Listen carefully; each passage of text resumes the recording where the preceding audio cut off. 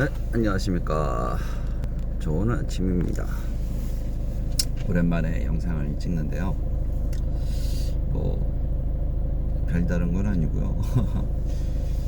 제가 이제 그 캠핑 폴딩 트레일러를 가지고 이제 운전을 해보니 지금도 달려있지만 이제 갖다 놓으러 가고 있지만 막상 해보니까 저는 이제 텐트를 치거나 걷는 그런 영상에 대한 댓글이 아니고, 저는 운전을 하니까 운전에 대해서 좀 말씀을 드리려고 그러는 거예요. 달리지 마세요. 꼬리 달고 달리지 마세요. 해보니까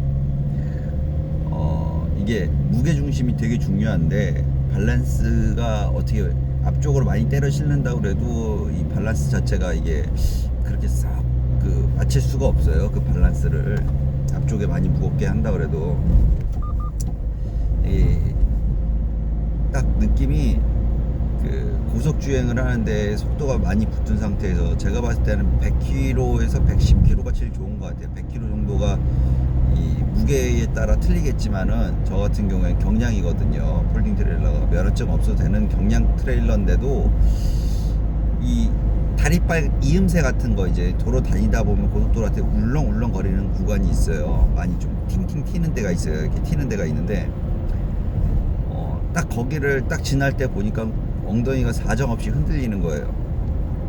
그러니까 빗길이나 눈길이나 좀 그런 경우에, 요게 솔직히 아다리가 잘못되면은, 이 타이밍이 잘못 맞아버리면은 이 초보 운전자, 저 같은 경우에 트레일러 운전 경험도 있고 하기 때문에, 솔직히 이거 뒤에 있나 없나, 솔직히 있는 게 저는 더 편해요. 솔직히 이제 하도 하다 보니까는 뒤에 꼬리가 있어야지 좀 뭔가 좀 이게 좀 이제 좀 뭐가 좀 안정감이 있다는 생각이 들 정도로, 이게 그냥 있는 거구나라는 게 머릿속에 들어와 있는데, 초보 운전자들 같은 경우에는 정말로 튕길 때 굉장히 위험해요. 이게 보니까는 휘둘리더라고요, 뒤에가.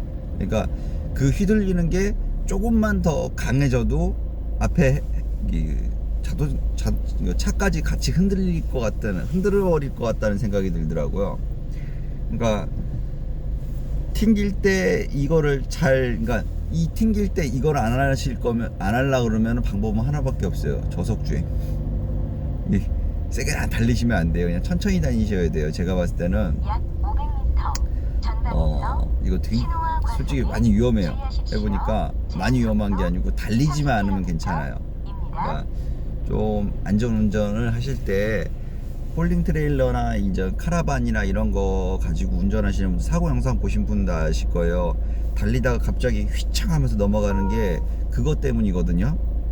정말 알아두셔야 돼요. 이게 무게중심지 한번 탁 잃어버리면, 뒤에 테라가 한번 딱 잃어버리면은 그냥 사정없이, 이제 저희가 잭나이프라고 그러거든요. 친다 꼬리가 얼굴이 쳐버린다 그러거든요. 진짜 쳐버려요. 그냥 사정없이 뒤집어지거든요. 그러니까 그거를 어제 제가 뼈저리게 느꼈어요. 정말 깜짝 놀랐어요. 딱 계속 주행하면서도 뒤를 보면서 이제 주행을 해봤는데, 이제 딱 흔들리는 게 느낌이 오는 거예요. 그래서도 가면서도 흔들리는 게 느껴져서, 이제 올 때는 좀 더 앞쪽에다 무게 중심을 줬는데도 흔들리는 거예요. 그래서 좀 빠른 상태에서 한번 테스트 해본다고 제가 한번 해봤는데, 이게 그렇더라고요. 그래서 이게 보시면은 카라반이나 폴딩 트레일러는 가족하고 다 같이 다니기 때문에 굉장히 위험해요. 약을 안 발랐네. 그래서 될 수 있으면은 그게 안전할 것 같아요. 안 달리는 게 제일 안전할 것 같습니다. 제가 봤을 때는. 그리고 이 디젤 차들 계속 말씀드리는데, 정말 제가 하도 이야기를 하니까 계속 똑같은 이야기를 계속 할 수밖에 없어요. 예방 정비를 하시는 분들과 안 하시는 분들의 차이점은 차의 수명이에요. 그러니까 차의 수명이 이 정도면 오래 쓰는 거 아니냐고 말씀하시는 분들이 간혹가다 계시는데, 정말 유독 짧게 쓰시는 것 같아요. 정말 제가 봤을 때는 기간이, 레미콘을 제가 비하하는 건 아니에요. 근데 레미콘 하시는 분들 차들이 왜 노후화되어 있는지를 생각을 좀 해보세요. 그리고 간혹 가다가 노후화되어 있는 카고 차들을 계속 끌고 다니시는 분들, 그러니까 그분들을 비하하는 게 아니고 그분들이 왜 그런 선택을 했고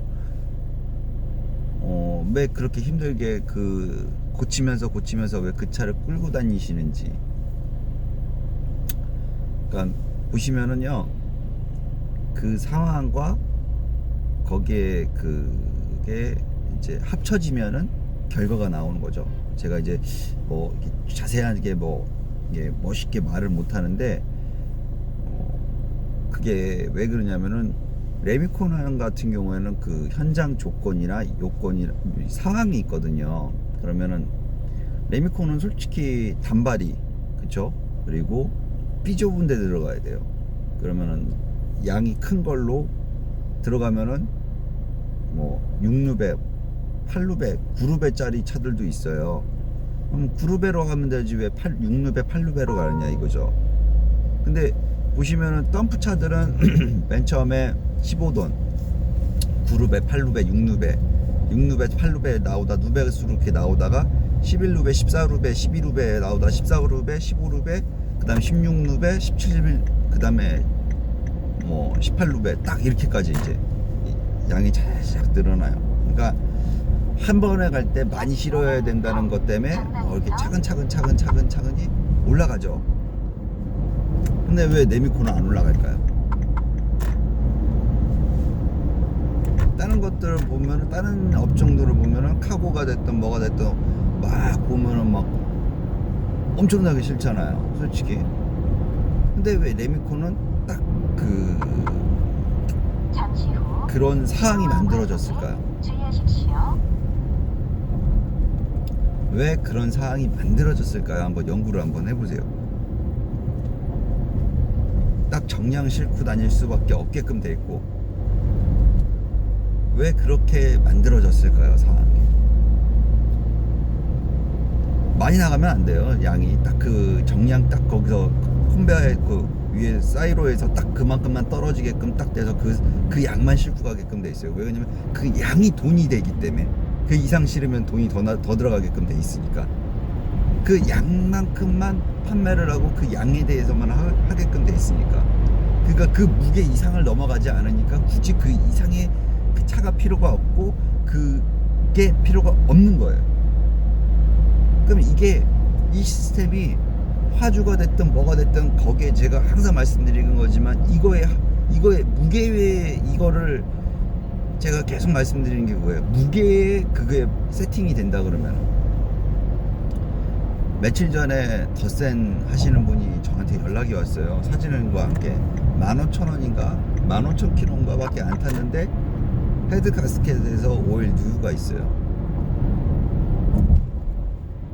네, 센터에서는 닦아보고 더 세면 그때 들어와서 작업해드리겠습니다 라고 얘기하는데, 엄연히 헤드 가스켓에서 오일이 누유가 되면은 안 되는 거예요. 근데 누유가 됐는데 이건 뭔가 이상한 거예요. 그래서 제가 물어봤어요, 자주님한테. 실례지만 혹시 몇 톤을 실으시냐고 그랬더니 그냥 말씀을 안 하시더라고요. 그냥 뭐 당연히 과적은 하죠 라는 식으로 이야기를 하시는데, 제가 계속 말씀드리잖아요.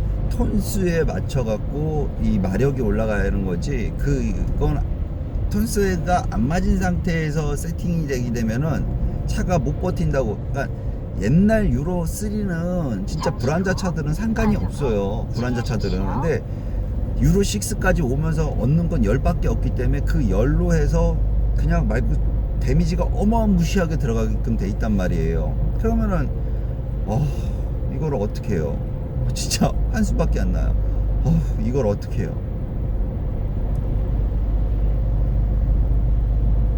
4, 5돈밖에 못 실으세요. 솔직하게 말씀드려서 그 이상 실으시면요 하체가 못 버텨요. 더 센 하체, 그렇게 세게 안 나왔어요. 솔직하게 말씀드려갖고 하체가 그렇게 짱짱하게 안 나왔어요. 뭐 어떤 분은 저한테 이제 1톤차 같은 경우에도 뭐 이야기를 하시는데 1톤차 뭐 해갖고 나중에 뭐 캠핑카로 나중에 뭐 이렇게 하시는 분들도 계시는데, 서스빌이라고 한번 알아보시면 있어요. 이 유튜브에 서스빌이라고 한번 쳐보세요. 그러면 거기에 서스차를 개조해 주는 데가 있어요. 1톤, 2톤, 3톤, 4톤, 5톤까지도 제가 알기로는 서스펜션으로 개조를 해주는데, 하체 서스펜션 자체가 굉장히 짱짱하게 잘 만들었어요. 정말로 이걸 모르시는 분들이 너무 많아요. 이거에 대한 부분을 모르시는 분들이 많아요. 만약에 스프링 보강하고 새 차 나가서 보강을 할 거다, 저는 추천해 드리는 게 차라리 서스빌이에요. 차라리 서스펜션으로 개조를 하세요. 그러면 쿠션도 좋고 이 차 이것도 승차감도 좋지만은 스프링보다 더 오랫동안 쓸 수 있는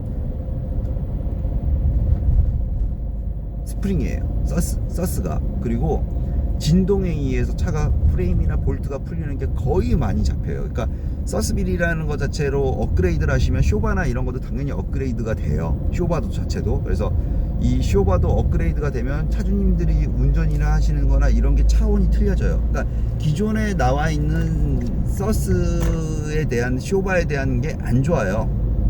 좋을 수는 없거든요. 그러니까 어차피 업그레이드를 할 것이면, 스프링 보강하고 업그레이드를 하실 거면 서스빌이라는 업체에 가서 장착을 하세요. 그러면은 1축부터 해갖고 2축도 그렇고 전부 다 훨씬 더 좋은 승차감과 무게짐을 실을 수가 있으세요. 근데 무게라는 거를 너무 많이 실으면 이거에 대해서 너무 사람들이 정말로 많이 실어야겠다는 생각들을 갖고 계세요. 제발 안 돼요. 그냥 합법이라고 생각을 하시는데, 그거는 나라에서 정해놓은 합법이지 차한테는 합법이 아니에요. 차에게는 불법이에요. 그 차에게는 불법이라는 게 무슨 말이냐면은, 지금 당장은 상관이 없어요. 내가 AS를 받으니까 AS 기간 끝날 때까지는 내가 어떻게든 무언가를 받아야 돼. 땡깡이죠. 논리와 정확하게 논리와 이거를 근거를 가지고 이 차주와 주재원과 이 공장장 뭐 이게 공장 메이커사들과 이야기가 돼야 되는데, 그냥 가서 억지예요. 그러니까 억지가 아닌 부분도 있어요. 정말로 반대의 억지도 있어요. 근데 솔직히 예전부터 이 억지가 강하다 보니까는 순정 오일이라는 개념이 들어온 거예요. 순정 오일이 아니면 AS 안 해준다는 이유가, 제가 예전에도 말씀드렸지만 옛날에는 정말로 말도 안 되는 오일로 진짜 오래 타버리고 하니까는 차라리 이렇게 하면 우리가 케어를 해드리겠습니다 해서 센터에서 이제 그런 식으로 해서 케어를 해드리는 건데, 중요한 거는 이 케어가 지금 돌이켜서 오히려 독이 되고 있다는 거예요.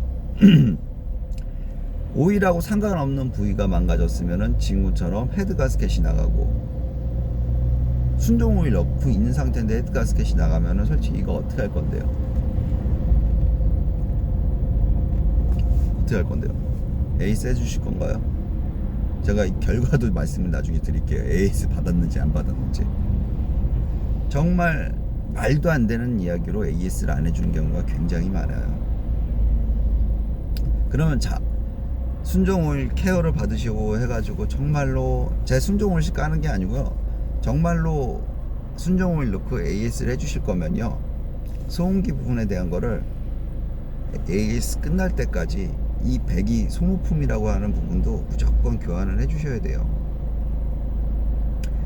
이게 망가지는 게 기름의 영향도 있어요, 솔직히. 근데 오일의 영향이 거의 다예요. 오일에 대한 영향력이 굉장히 커요. 오일에 대한 영향력이 왜 크냐면은, 압축 폭발하고 막 이랬을 때 제가 온도에 대해서 계속 말씀드리죠. 오일 온도가 90도와 100도와 110도와 120도는요 하늘과 진짜 땅이에요. 90도도 굉장히 높은 거라고 생각을 하시는데, 오일 온도가 평타가 90도인 거하고 110도인 거하고 오일 온도가 어마어마하게 차이 나는데, 자, 여기가 중요한 거예요. 여기가 왜 액체, 기체 끓으면서 기체로 가버리는 거예요. 딱 요 폭이. 오일이 못 버티고 액체에서, 싼 놈은 말 그대로 못 버티고 열에 못 버티고 깨지게 이거는 영상을 찾아보시면 굉장히 많아요. 오일에 대한 연구 정말 우리나라 말고 다른 나라에서요 베레벨 짓을 다 해요. 오일 종류별로 갖다 놓고 부하 걸어 놓고 막 테스트하고 끓여갖고 막 얼려갖고 막 이렇게 하고 막 끓여갖고 막 하고 영상이 진짜 많더라고요. 이걸 잘 생각하세요. 이 폭이 있잖아요. 이 폭이 바로 그냥 기체가 돼버리는 거예요. 예전에 제가 카본에 대해서 설명을 드리면서 잘 설명을 못 드렸는데 액체와 기체예요. 그렇기 때문에 콤프에서도 오일이 들어가서 회전을 하기 때문에 콤프에서도 기체가 올라가고 카본이 생기는 거예요. 자, 똑같이 생긴 게 콤프하고 똑같이 생긴 게 엔진이에요. 그럼 걔도 압축 폭발하면서 가스가 뒤로 가버리는 거예요. 그 가스가 압축 폭발하면서 배기가 되는 거죠. 배기가스가. 그 배기가스가 입자가 두껍다 보니까는 미세먼지 필터의 막힘이 굉장히 심해지는 거예요. 그러면 이 막힘이 굉장히 심해지면 어떻게 되느냐?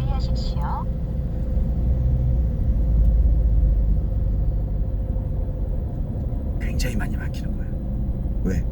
또 그걸 털기 위해서 가열을 하니까. 자, 그러면은 무슨 장치를 달게 되면은 얼마 전에 영상 중에 장치를 달게 되면 온도를 떨구니까 되지 않겠느냐? 오일 온도가 안 올라가니까 당연히 제가 말씀드린 이 액체와 기체 사이에 포함되어 있는 오일에 대한 이 태적 물질에 대한 요거는 나아지죠. 요건 확실하게 나아져요. 요거는. 근데 중요한 거 있잖아요. 냉각시와 그리고 완전 고열로 쳤을 때, 그러니까 이 부분, 이 장치를 달게 되면은 요 폭에 있는 요 부분에 대한 여기까지가 얘가 해주는 역할이에요. 그러니까 이 이상 오버페이스가 되거나 이 이하에 포함됐을 때, 불완전 연소가 됐을 때 나오는 이 덩어리들은 카바를 못 쳐요. 그러니까 지금 당장 데미지를 주는 부분은 카바를 할 수가 있어요. 근데 차후에 어마어마하게 쌓인 부분은 해결이 안 되는 거예요. 소음기가 못 녹는 거예요. 녹으려 그러면 온도가 계속 안 올라가기 때문에 소음기 쪽으로 타격이 가버리는 거예요. 내가 정말 맛있게 소고기를 먹고 싶어갖고 소 한 마리 통째로 잡은 거예요. 정말로 비효율적인 거예요. 그럼 이걸 해결할 수 있는 방법은 뭐가 있느냐? 이거 자체에 대한 그 열에 대한, 저온에 대한, 고온에 대한 열에 버틸 수 있는 금액대 오일이 정말로 있어요. 그런 오일들을 찾아서 확인하셔갖고 쓰세요. 그게 에어드라이기예요. 에어드라이기에 카본이 들러 모아요. 그리고 혹시 그 장치를 다신 분들은 강제 재생을 좀 해주세요. 그러니까 간장이죠. 그 장치 다신 분들은 우리가 이제 변비 걸리면 하는 거 있죠. 계속 간장약 넣어줘야 되는 거. 근데 중요한 거는 간장약도 계속 하다 보면은 안 되는 거 아시죠? 그러니까 내가 이 조건에 맞춰서 계속 강제 재생을 터트려도 나중에는 돌아오는 건 그거예요. 그러니까 액시언트나 이런 차들은 수트 게이지가 있기 때문에 이 부분에 대한 거를 이야기를 해가지고 그거를 내가 강제 재생을 때려갖고 할 수가, 이게 수트 게이지라는 게 있기 때문에 오일이 마모나 이런 거에 대해서 그 이야기가 돼요. 이야기가 되는데 다른 부분들이 잘 해결이 안 돼요. 그러니까 그런 부분들이 있으니까 그걸 좀 생각을 좀 해주시고, 이야기가 굉장히 길어지는데 여하튼 이 AS 순정 오일 이거를 바꿀 수 있는 건요 차주님들이 밖에 없어요. 지금 현 상황에서 제조사한테 이거를 어필을 한다고 해서 바뀌지는 않습니다. 차주님들이 노력을 하시면은 조금씩 바뀌어요. 그게 이제 제가 말씀드린 메이커 회사에서 제가 쓰는 오일을 갖다 쓰고 있어요. 요게 이제 전국에 한 곳이지만은 정말로 큰 변화가 온 게 그 부분이에요. 정말로 그 부분에 대해서 생각을 좀 하셔가지고 정말로 걔네들이 미치지 않는 이상 그 오일을 왜 갖다 파쓰겠습니까? 정말로 차주분들이 원해서 거기에 가서 그 오일이 있는 거예요. 이거는 차주님들밖에 못해요. 그래서 한번 노력을 하셔야 된다는 거. 안 그러면 내 차와 내 돈은 못 지킨다는 거. 그러니까 안전운전 하시고 좋은 하루 되시고 특히 차 조심하십시오. 안전운전 하십시오.